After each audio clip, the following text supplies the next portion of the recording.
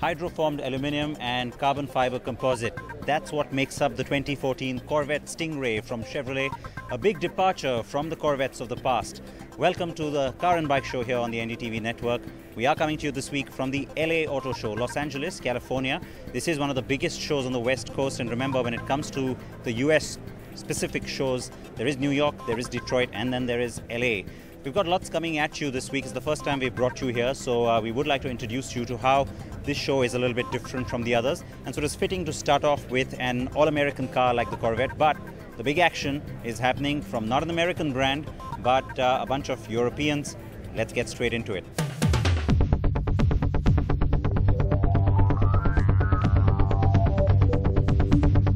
When we say Europeans, we don't mean the Germans or the French. We mean the Brits. It was truly a starry affair, and why not? We were, after all, in Hollywood. Oh well, Playa Vista to be specific, at the Raleigh Studios, famous for films like Titanic, that was shot here. But I wasn't there for the stars, I was there for this.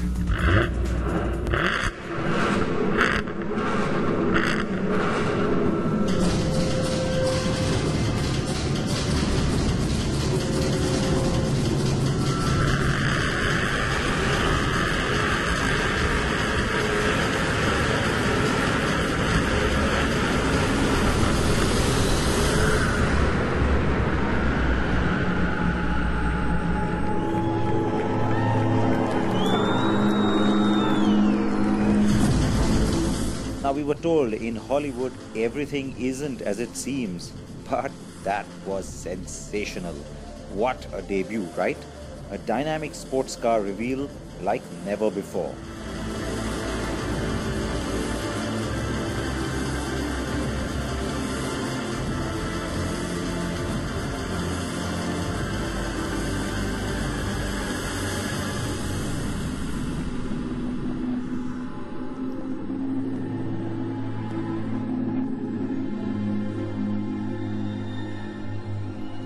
When you're in Hollywood, you've got to throw in a little bit of extra drama. Quite a dramatic reveal for sure, and something very different for all of us. Car coming through, nice depth of this massive studio here. I have to say, really kicked things up a notch. It's got all of us pretty excited. Let's go check out the car.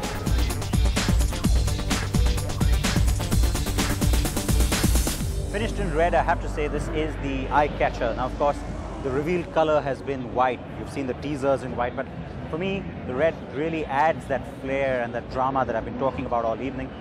Now, when you looked at the car, instantly, of course, you get the impression of the F-Type, because for the most part, the face and everything else is very similar to the convertible. This is, of course, where things start to change. What's interesting is that unlike many other sports cars, it's not the coupe that was designed first, it was the convertible. And then there was almost an independent thought process when it came to designing the coupe. You do get a sense of that agility. Fantastic roofline. This one does have the optional glass roof. You can get a full metal roof as well if you want. And coming back to that whole design theme, there was a little bit of that throwback to the classic Jaguars, and yet this car also needs to be its own icon, and which is why a lot of time was spent in just trying to figure out how these lines would work. How high should the roofline be? What sort of a sloping sort of a surface do you want to give this car, and how does that roof blend into that very exaggerated fender back here, which, remember, was one of the style statements of the convertible.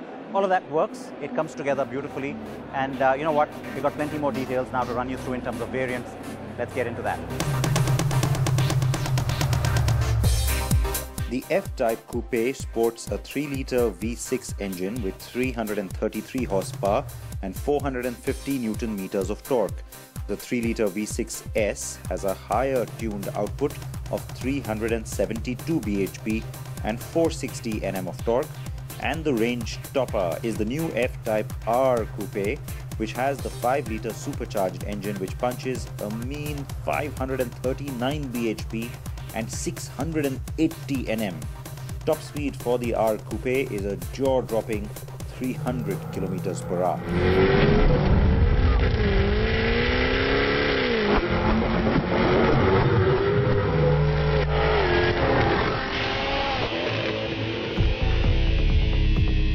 Coupé was the star attraction on the JLR stand the next day at the 2013 LA Auto Show.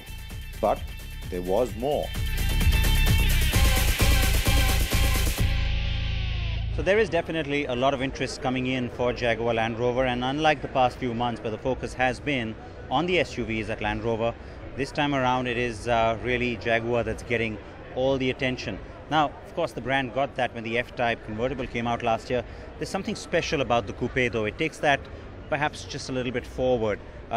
Why is that? Well, remember, when you look at a Coupé like this, it's not just a sports car, it's not just, you know, a hark back to the classic Jaguar styling. There's also a little bit extra. It represents a new kind of Jaguar. All that talk about future aluminum architecture, well, all of that actually comes into play when you think of what comes after this car. So there is a concept here that I want you to take a look at. You have seen it at the Frankfurt show before, but let's get into that just a little bit more once again. And let's do that.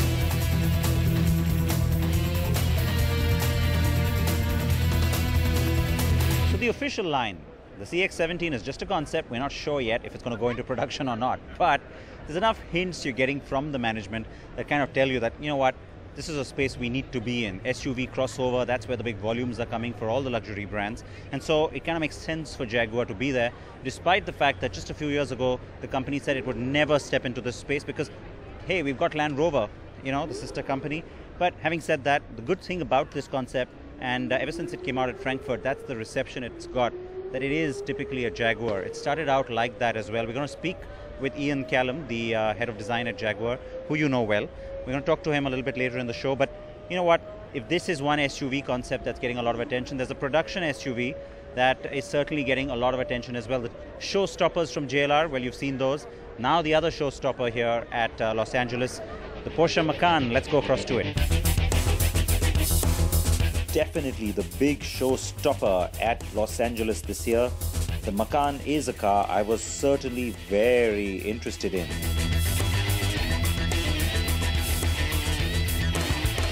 The world has waited for this one, isn't it? We've talked about it for some time now. We know that there's going to be a baby Cayenne coming in, and it's going to be called the Macan. Now, instantly, of course, those of you who know me well enough or watch the show regularly enough, you do know I am going to be attracted to the car for its color. It's a wonderful show color. They've debuted it in blue, and the pictures I tweeted as well had this color, isn't it?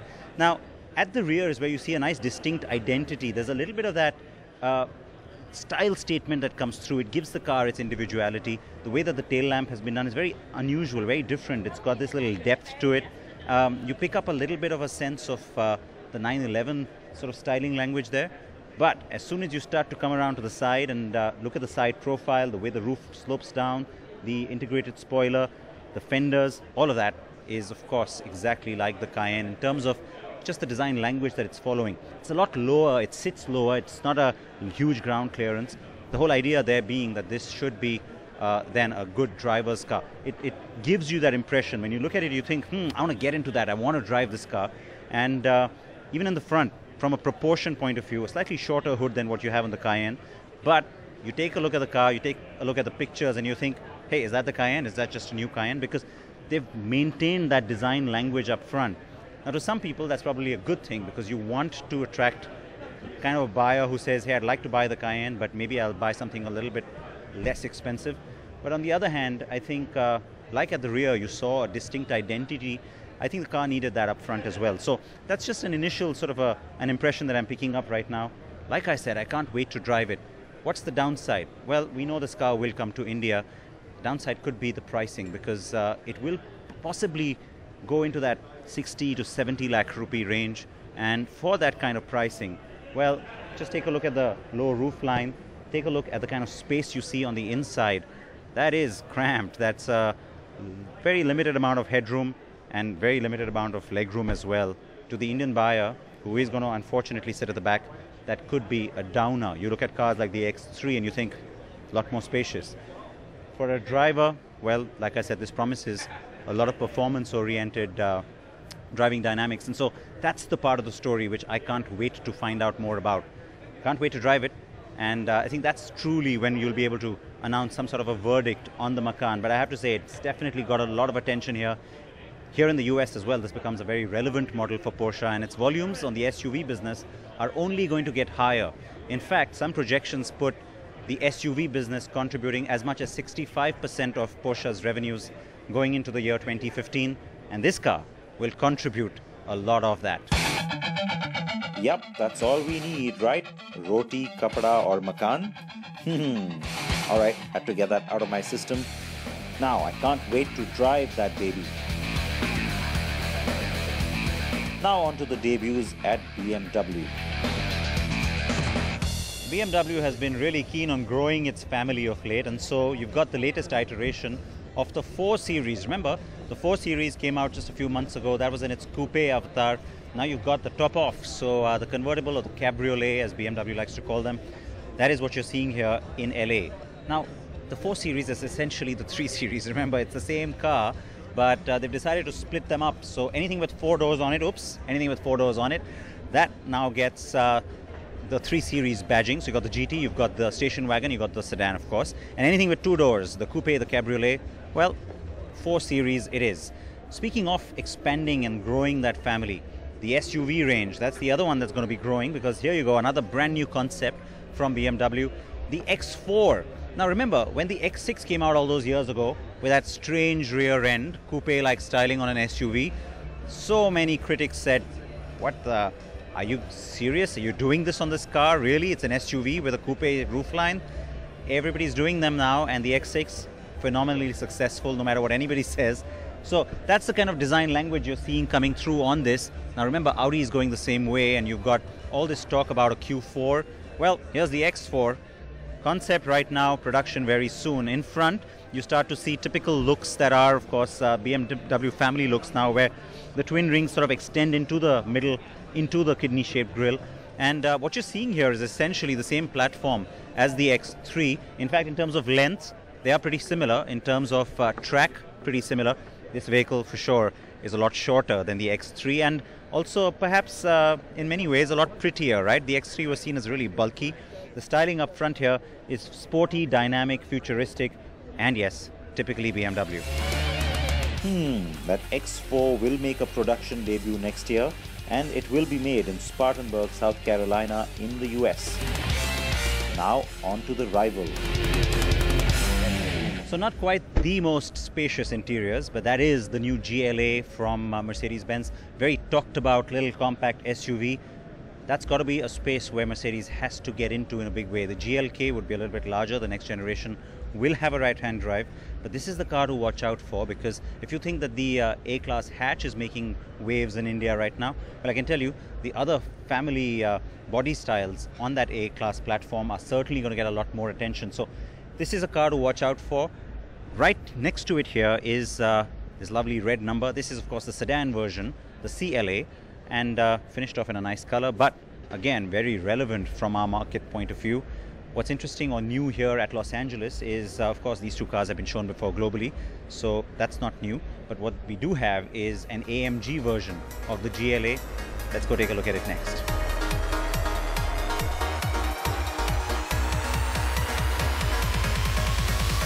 Yep, the GLA 45 AMG concept is a souped-up avatar of the recently introduced GLA compact SUV crossover, and uses the same 2-liter turbocharged 4-cylinder engine with 360 bhp output as the A45 AMG. Mercedes also showed an outlandish Vision GT concept. This car has been designed purely for a video game.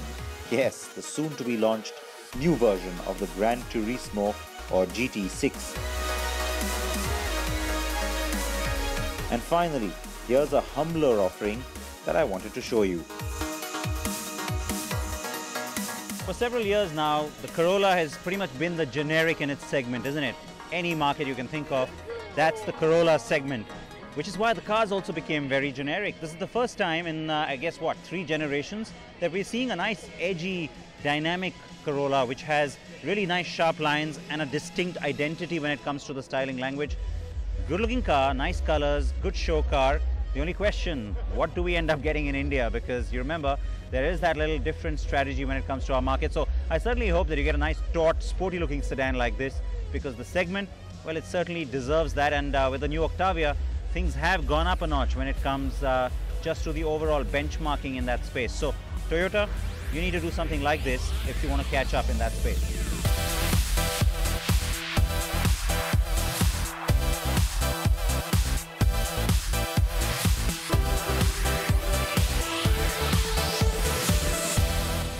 Now, there's very few times when I'm completely at a loss. I have no words. How do I describe this to you? Did we just leave California and are we in Texas? I mean, what is that? Like I said, I'm completely speechless. I think it's time for me to take a break. Join me right after that.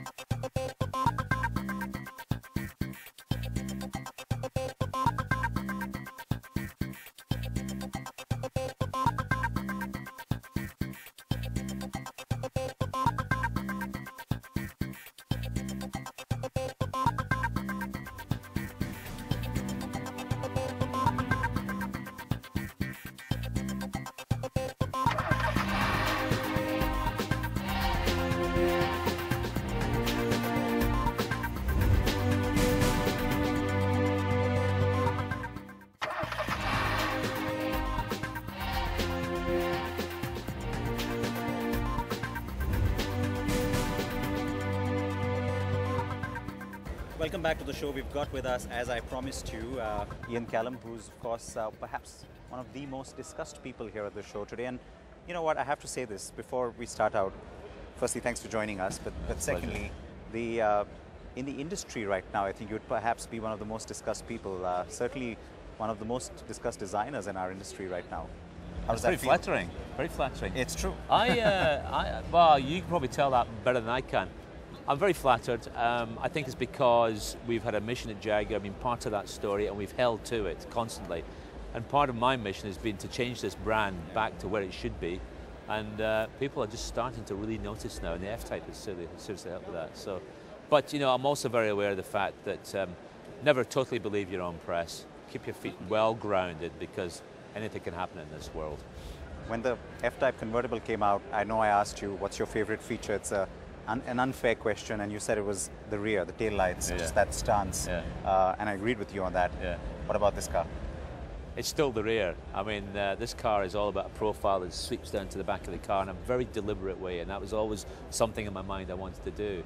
And it's very deliberate, it's very clear, and it's very stylish.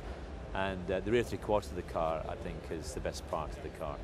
I think some people might call it blasphemous what I tweeted yesterday, saying, move over E-Type, you got a new icon.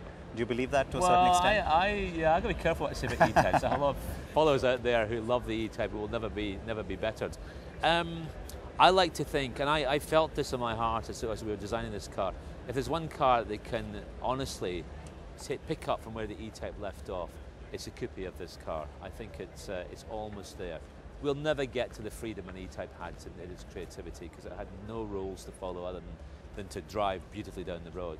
We've got a whole compound of rules now, and it's much more difficult. People are getting bigger, and we have safety and everything else. But in the realms of what we can do, I think this car is the closest it's going to get. With the CX-17, you had an option to perhaps go in a new direction, and yet in many ways you've chosen to stay with that Jaguar face. They have talked about a new compact sedan CD car coming soon as well, with new architecture. I'll talk to you about the architecture, but when it comes to the design on a product like that, which is going to be, you know, higher volume, different kind of consumer for Jaguar, how do you find the right balance? What is the direction you'd like to take? Well, I really believe, you know, the last few years for us has been a revolution for Jaguar, and this is not about reinventing it completely, it's about getting it back to where it should be. It lost its way for a while, there's no doubt about that. And now we're there, this is not the time to suddenly change direction. We could argue we'll just go off and create something completely new and completely different. I don't think it's the time yet. I think we have to have a larger family out there that people recognize as a Jaguar. You know, in the UK, XFs and XJs are recognized. People know what they are. You go somewhere else in the world, including the US, not everybody knows what a Jaguar is yet. And the only way to get to that point of recognition is familiarity and consistency. So you're going to see more of this face for the few years to come. Two aspects about that aluminium architecture. The first is the material is not the easiest to work with. No, it's not. So how do you get around that, especially when you start looking at higher volumes? And also in terms of aftermarket, I mean, repairing it isn't that easy either. So how do you meet these challenges? Well, in terms of design, we now have the most advanced aluminium manufacturing capability in the world, in the motor car world. There's no doubt about that. We've stretched this whole knowledge to the front of its capability, and it's getting better and better. And you can see there's evidence of that in the F-Type. You know, the rear haunch in that car is not an easy thing to make. It wouldn't be easy in steel, never mind aluminium, but our team have found ways to get through that because they want to build these beautiful cars. So we're not frightened of the metal anymore, and we are getting to the point where it's just good as. In terms of repairability, we have a process and system. We have specialized areas around the country, in the UK, I know that, and around the world.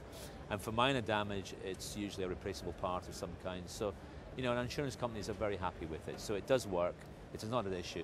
And let's face it, there will be more and more aluminium cars in the world because, you know, our enemy is mass, and we've got to get the weight down. All right, we're going to wrap this up. Thank you, as always. It's a pleasure to see you. Thank A you. lot of our viewers are big fans of your work. A lot of them follow you on Twitter. So we're going to want to send them one of these. So if you want one of these, you got to, well, we'll tell you how you can get it, but let me get you to quickly sign that for our viewers then. Okay. Thank you very much.